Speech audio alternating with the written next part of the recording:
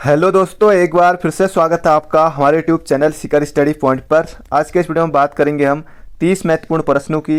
इसमें से सबसे ज़्यादा आपको प्रश्न देखने को मिलेंगे वो रहेंगे उत्तराखंड के, लगभग 16 से 17 प्रश्न। 6 से 7 प्रश्न रहेंगे हिंदी के, बाकी जो बच्चे प्रश्न वो रहेंगे जीके के, जो आपको यहाँ पर दिखाई भी दे रहे होंगे। तो 30 में से आपका स्कोर कितना रहा कमेंट बॉक्स में ज़रूर बताइएगा।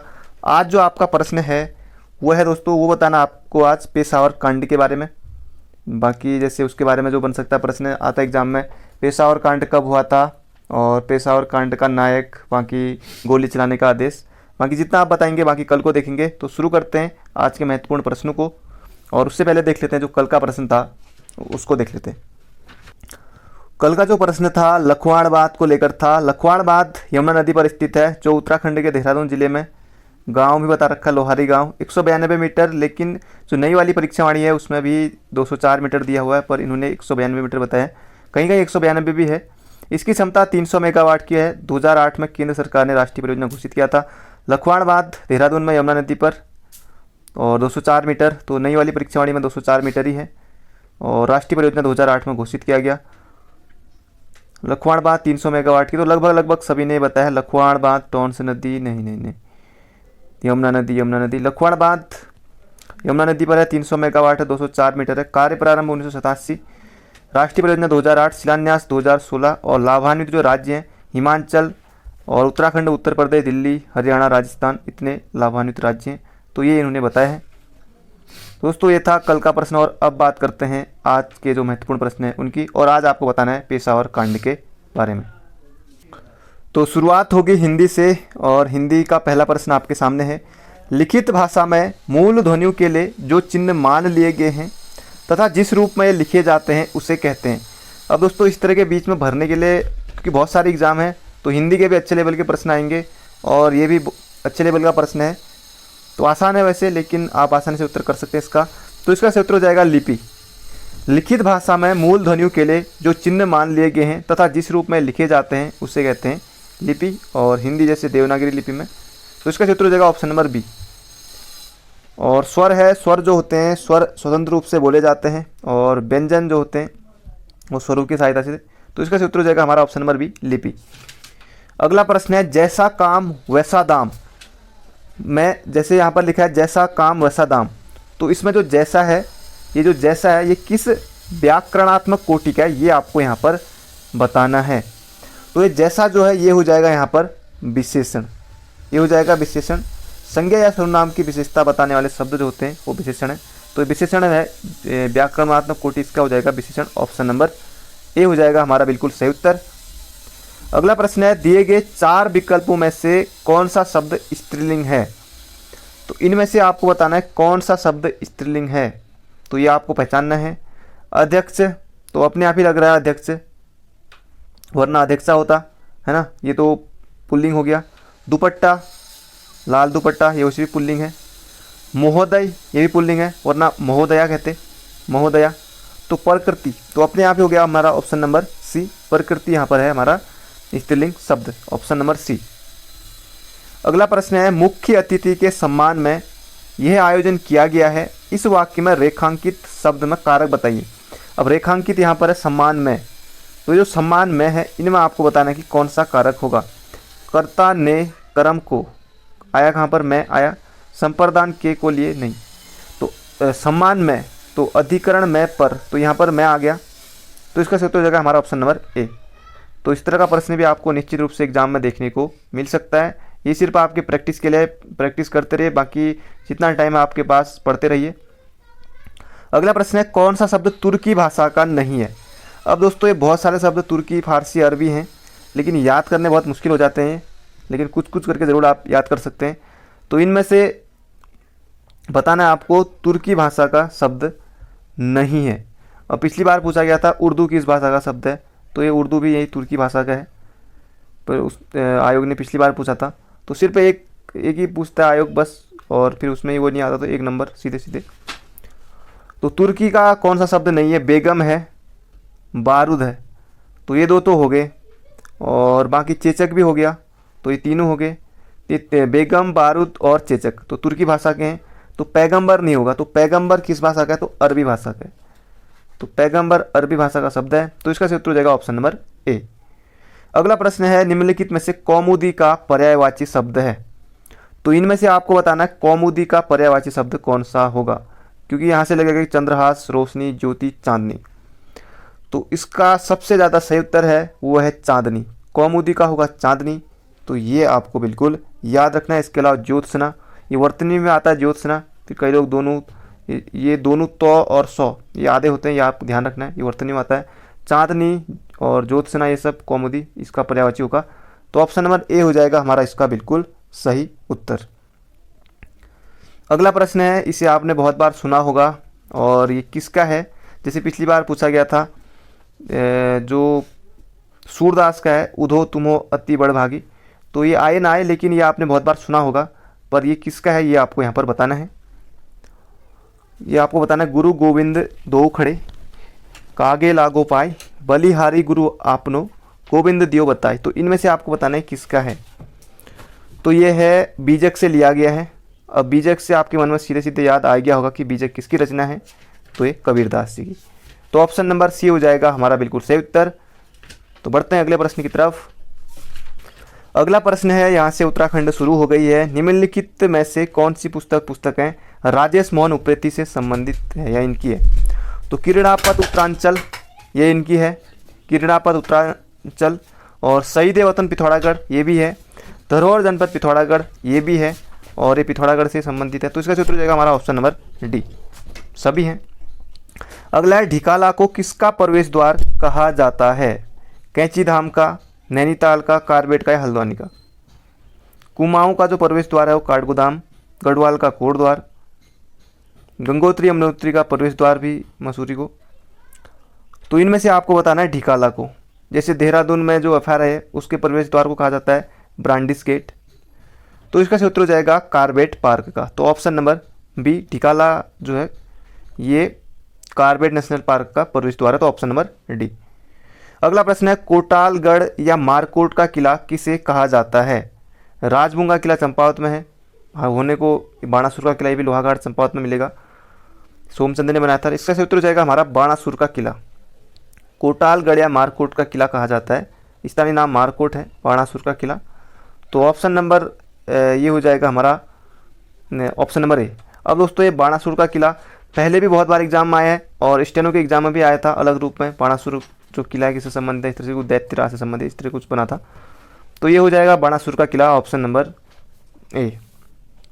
अगला प्रश्न है, 1956 में कोटद्वार से सत्यपथ नामक साप्ताहिक पत्र का प्रकाशन। तो यहाँ पर तो सब कुछ आपको मिल गया, एक तो ज़्यादा इसमें बताने की जरूरत भी, सब कुछ जो और बताना होता जैसे। तो सत्यपथ है पत्र, और कहाँ से निकला, कोटद्वार से, कब, 1956 में। तो सब कुछ है यहाँ पर। तो ये हो जाएगा ललिता प्रसाद नैथानी ने। तो इतना ही आपको याद रखना है, ललिता प्रसाद नैथानी ने सत्यपथ कोटद्वार से 1956 में साप्ताहिक पत्र का प्रकाशन किया था। अगला प्रश्न है, ये भी दोस्तों आपको परीक्षावाणी में मिल जाएगा आसानी से। सुदामा प्रसाद और प्रेमलाल भट्ट को गढ़वाली लेखन हेतु कब प्रथम बार साहित्य अकादमी पुरस्कार मिला था। तो सुदामा प्रसाद प्रेमी और प्रेमलाल भट्ट को गढ़वाली लेखन हेतु कब प्रथम बार साहित्य अकादमी पुरस्कार मिला था। तो इसका सही उत्तर हो जाएगा दोस्तों 2010 में। तो ऑप्शन नंबर डी हो जाएगा हमारा बिल्कुल सही उत्तर। तो बढ़ते हैं अगले प्रश्न की तरफ। दोस्तों अगर आपने परीक्षावाणी का जो ऑनलाइनर है, लगभग 10 घंटे की पूरी वीडियो है, जो लोग नए हैं डिस्क्रिप्शन में लिंक है, आप उसे ज़रूर देखिएगा और आप उसे सुन सकते हैं। बाकी मतलब जब आप काम कर रहे हो तब उसे ज़रूर देख लीजिएगा, क्योंकि वो बहुत ज़्यादा महत्वपूर्ण है। जो नई वाली परीक्षावाणी है, बिल्कुल जो नया एडिशन है, उससे मैंने वो बनाया हुआ है। डिस्क्रिप्शन में लिंक है, आप वहाँ से देख लीजिएगा। इसके अलावा आजकल जिला सीरीज़ है वो चल रही है मॉर्निंग में, और लगभग बहुत जल्दी सारे जिले हो जाएंगे। फिर उसके बाद उसके MCQ और इस तरह से बाकी सब कुछ भी आता रहेगा। तो अगला प्रश्न है हमारा, जौनसारी जनजाति में हारुल नृत्य। पहली बात तो ये याद रखना है कि किस जनजाति में, जौनसारी जनजाति में हारुल नृत्य। और इसके अलावा हारुल एक लोकगीत भी है, हारुल लोकगीत भी है, वो भी इन्हीं का ही है। तो ये बताना आपको, जौनसारी जनजाति में हारुल नृत्य किस वाद्य यंत्र की धुन में किया जाता है। तो ये हो जाएगा रमतुला। रमतुला वाद्य यंत्र इसमें अनिवार्य रूप से होता है। तो इसका उत्तर हो जाएगा हमारा ऑप्शन नंबर बी। और जैसे हारुल है इनका लोकगीत, और इसके अलावा जैसे हारुल है केदार छाया, हारुल मांगल केदार छाया, तो ये सब है। तो इसका उत्तर हो जाएगा हमारा ऑप्शन नंबर बी। अगला प्रश्न है, वह पहला चंद राजा जो स्वयं दिल्ली फिरोज शाह तुगलक के दरबार में नजराना देने गया था। वही है, बाकी पूछने का तरीका प्रश्न का अलग है, बाकी पुराना प्रश्न ही है। तो कौन सा चंद शासक दिल्ली दरबार गया था, या कैसे भी कह सकते हैं इसको, फिरोज शाह तुगलक था। किससे गया था? फिरोज शाह तुगलक से। तो ये हो जाएगा ज्ञानचंद। ज्ञानचंद, और ज्ञानचंद 1365 से लेकर 1420 तक गद्दी पर था। और ज्ञानचंद्र का सेनापति था नीलू कठायत। ज्ञानचंद का जो जैसे चंदू का राजचिन्ह गरुड़ हुआ करता था, ज्ञानचंद का चंदू का होता था गाय, और ज्ञानचंद का था गरुड़। गरुड़ ज्ञानचंद, और गरुड़ की उपाधि जो भी फिरोज शाह तुगलक ने दी थी। तो इसका सूत्र हो जाएगा हमारा ज्ञानचंद, ऑप्शन नंबर ए। अगला प्रश्न है, गढ़वाल का हातिम ताई नाम से किसको पुकारा जाता है? तो गढ़वाल का हातिम ताई कहा जाता है, ये कहा जाता है कुंवर सिंह नेगी को। कुंवर सिंह नेगी को, जिन्होंने ब्रेल लिपि का भी आविष्कार किया था। तो गढ़वाल का हातिम ताई नाम से किसको पुकारा जाता है? तो कुंवर सिंह नेगी को। तो ऑप्शन नंबर ए हो जाएगा हमारा बिल्कुल सही उत्तर। बढ़ते हैं अगले प्रश्न की तरफ। अगला प्रश्न है, उत्तराखंड में शिवालिक श्रेणियों के दक्षिण में स्थित भ्रंश रेखा को कहा जाता है। तो उत्तराखंड में शिवालिक श्रेणियों के दक्षिण में स्थित भ्रंश रेखा को कहा जाता है। तो ये इसका सही उत्तर हो जाएगा हमारा हिमालय अग्र भ्रंश। तो ऑप्शन नंबर डी हो जाएगा हमारा, ऑप्शन नंबर डी हिमालयी अग्र भ्रंश। तो ये आपको बिल्कुल याद रखना है, HFF। तो ये आपको बिल्कुल याद रखना है, हिमालयी अग्र भ्रंश, ऑप्शन नंबर डी। अगला प्रश्न है, निम्न में से कौन उत्तराखंड से संबंधित नहीं है? तो आपको ऑप्शन देख के अपने आप ही लगेगा, खस भी मिलेंगे और किरात भी है, जाड़ भी है। जाड़ उत्तरकाशी में, किरात भी है। तो संथाल आपको यहाँ नहीं मिलेगा। संथाल छोटा नागपुर, ये छत्तीसगढ़ झारखंड यहाँ सब। तो संथाल नहीं है, तो ऑप्शन नंबर डी हो जाएगा हमारा बिल्कुल सही उत्तर। तो इस तरह के क्वेश्चन भी एग्जाम में पूछे जाते हैं, तो एग्जाम में पूछा हुआ प्रश्न है। तो इसका सही उत्तर हो जाएगा हमारा ऑप्शन नंबर डी, संथाल। अगला प्रश्न है, निम्नांकित में से कौन सा, और सभी बहुत ज़्यादा महत्वपूर्ण प्रश्न है, कौन सा 42वें संविधान संशोधन के माध्यम से भारत के संविधान की प्रस्तावना में जोड़ा गया था? 42वें संविधान संशोधन के माध्यम से भारत के संविधान की प्रस्तावना में जोड़ा गया था। तो बहुत ज़्यादा महत्वपूर्ण प्रश्न है। तो पंथ निरपेक्ष, समाजवाद, अखंडता। तो इसका सूत्र हो जाएगा हमारा ऑप्शन नंबर सी। 42वां संविधान संशोधन 1976 में हुआ था, और इसको मिनी संविधान भी कहा जाता है। तो इसका सूत्र हो जाएगा हमारा ऑप्शन नंबर सी। बहुत ज़्यादा महत्वपूर्ण प्रश्न है। अगला, ग्राम सभा का अभिप्राय है। तो ऑप्शन पढ़ के आप आसानी से उत्तर पर पहुंच जाएंगे। तो ग्राम सभा का अभिप्राय है, तो जो इसका सही उत्तर है ऑप्शन, आजकल मैं पहले ऑप्शन भी पढ़ता था, लेकिन आजकल अब छोड़ दिया, क्योंकि उससे क्या होता था कि वीडियो 30 मिनट की बन जाती थी, 30 से ज़्यादा कभी इतनी। तो फिर ऑप्शन पढ़ना मैंने आजकल छोड़ दिया। जहाँ पर महत्वपूर्ण होगा वहीं पर ऑप्शन पढ़ूंगा। तो इसका सूत्र हो जाएगा हमारा, ग्राम स्तर के पंचायत क्षेत्र के निर्वाचक नामावली में पंजीकृत लोग। तो ग्राम सभा इसे कहते हैं, ग्राम स्तर के पंचायत क्षेत्र के निर्वाचक नामावली में पंजीकृत लोग। तो इसका सही उत्तर हो जाएगा ऑप्शन नंबर सी। अगला प्रश्न है, मुक्त व्यापार से क्या अभिप्राय है? तो मुक्त व्यापार का अर्थ आपको यहाँ पर बताना है। तो मुक्त व्यापार हो जाएगा, आयात एवं निर्यात पर कोई प्रतिबंध नहीं होता है। तो वही हो गया हमारा कौन सा, मुक्त व्यापार, आयात एवं निर्यात पर कोई प्रतिबंध नहीं होता है। अगला प्रश्न है, MS वर्ड का प्रयोग किया जाता है। ये भी बहुत पहले उत्तराखंड के किसी एग्जाम में आया हुआ था। तो MS वर्ड का प्रयोग किया जाता है, ये आपको यहाँ पर बताना है। तो इसका सही उत्तर हो जाएगा, पदांश डाटा संशोधन हेतु। तो ऑप्शन नंबर बी हो जाएगा हमारा बिल्कुल सही। MS वर्ड का प्रयोग किया जाता है पद्यांश डाटा संशोधन हेतु। अगला प्रश्न है, कालपोंग जल विद्युत परियोजना अवस्थित है। तो बहुत ज़्यादा महत्वपूर्ण प्रश्न है, एग्जाम में देखने को मिल सकता है। तो कालपोंग जल विद्युत परियोजना ये स्थित है अंडमान एवं निकोबार में। तो ये आपको बिल्कुल याद रखना है। बहुत कम लोगों ने इसके बारे में पढ़ा होगा, जिन्होंने पढ़ा है बहुत अच्छी बात है, जिन्होंने नहीं पढ़ा आज आपने पढ़ लिया है। तो कालपोंग जल विद्युत परियोजना है ये अंडमान एवं निकोबार द्वीप समूह में। तो ऑप्शन नंबर ए हो जाएगा हमारा बिल्कुल सही उत्तर। तो बढ़ते हैं आगे। अगला प्रश्न है, संगमरमर क्या है? तो किस प्रकार की चट्टान, जैसे अवसादी है, कायंत्रित है, आग्नेय है, तो इनमें से आपको बताना है संगमरमर। तो संगमरमर ये हो जाएगा दोस्तों कायंत्रित चट्टान। तो ऑप्शन नंबर सी हो जाएगा। तो इस तरह के प्रश्न भी एग्जाम में बनते हैं। तो संगमरमर कायंत्रित चट्टान है, और जो चूना पत्थर के कायंत्रित से बनती है। तो इसका उत्तर हो जाएगा हमारा ऑप्शन नंबर सी। अगला प्रश्न है, लंदन में ब्रिटिश ईस्ट इंडिया कंपनी के गठन के समय भारत का निम्नलिखित में से बादशाह था, भारत का बादशाह कौन था, ये आपको यहाँ पर बताना है। जब लंदन में ब्रिटिश इंडिया कंपनी का गठन हुआ उस समय भारत में कौन था, ये बादशाह कौन था, इनमें से आपको बताना है। तो उस समय था अकबर। तो इसका उत्तर हो जाएगा हमारा ऑप्शन नंबर ए। अगला प्रश्न है और ये भी बहुत ज़्यादा महत्वपूर्ण प्रश्न है। ये कथन है, हम भारत को या तो आज़ाद करेंगे या आज़ादी के प्रयास में दिवंगत होंगे, किससे जुड़ा है? ये आंदोलन से आपको बताना है, जैसे सविनय अवज्ञा आंदोलन है, भारत छोड़ो आंदोलन, या फिर वैयक्तिक सत्याग्रह या अशोक आंदोलन। तो इसका उत्तर हो जाएगा हमारा, वैसे आप अगर इसको पढ़ लेंगे तो तब भी आप इसका उत्तर दे पाएंगे, क्योंकि हम भारत को या तो आज़ाद करेंगे या आज़ादी के प्रयास में दिवंगत होंगे। तो ज़्यादा जो आपको लग रहा होगा इसका उत्तर ऑप्शन नंबर डी, भारत छोड़ो आंदोलन। तो जिन्होंने सोचा है तो इसका उत्तर हो जाएगा ऑप्शन नंबर डी, भारत छोड़ो आंदोलन के समय ये नारा दिया गया था उस समय। तो ऑप्शन नंबर डी आपको बिल्कुल याद रखना है। भारत छोड़ो आंदोलन 9 अगस्त को प्रभावी हुआ था, 8-9 अगस्त। तो इसका उत्तर हो जाएगा 1942 में। तो इसका उत्तर हो जाएगा ऑप्शन नंबर डी। अगला प्रश्न है, भारत का प्रथम कृषि विश्वविद्यालय, उत्तराखंड में भारत का प्रथम कृषि विश्वविद्यालय। तो ये हो जाएगा हमारा जीबी पंत कृषि विश्वविद्यालय, पंतनगर, और इसकी स्थापना हुई थी 17 नवंबर 1960 को। तो कई बार ये भी आपको डेट पूरी देखने को मिलेगी, कई बार सन आएगा, कई बार पूरी डेट आएगी।